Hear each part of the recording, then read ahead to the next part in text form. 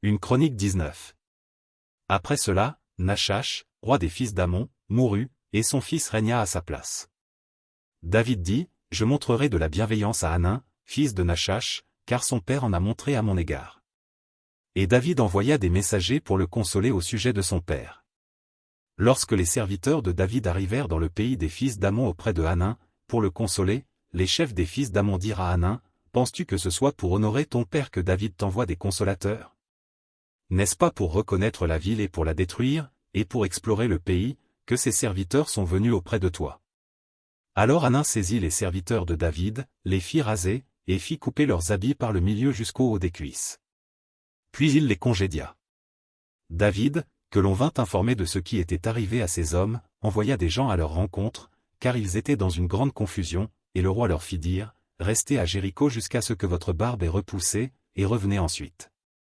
Les fils d'Amon virent qu'ils s'étaient rendus au Dieu à David, et Hanan et les fils d'Amon envoyèrent 1000 talents d'argent pour prendre à leur solde des chars et des cavaliers chez les Syriens de Mésopotamie et chez les Syriens de Maca et de Tsoba. Ils prirent à leur solde 32 000 chars et le roi de Maca avec son peuple, lesquels vinrent camper devant Médeba. Les fils d'Amon se rassemblèrent de leur ville, et marchèrent au combat. À cette nouvelle, David envoya contre Joab et toute l'armée, les hommes vaillants. Les fils d'Amon sortirent, et se rangèrent en bataille à l'entrée de la ville, les rois qui étaient venus prirent position séparément dans la campagne. Joab vit qu'il avait à combattre par devant et par derrière.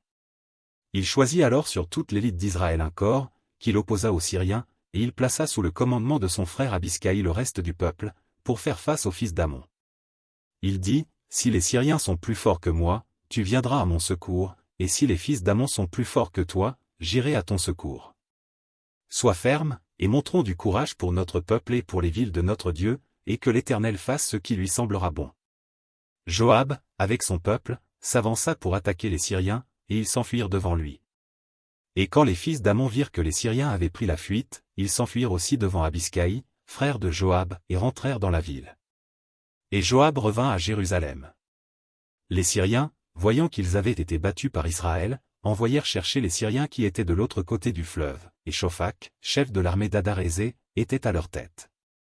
On l'annonça à David, qui assembla tout Israël, passa le Jourdain, marcha contre eux, et se prépara à les attaquer.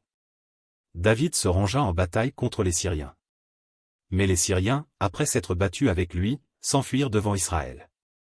David leur tua les troupes de 7000 chars et 40 000 hommes de pied, et il fit mourir Shophak, chef de l'armée. Les serviteurs d'Adarézé, se voyant battus par Israël, firent la paix avec David et lui furent assujettis. Et les Syriens ne voulurent plus secourir les fils d'Amon.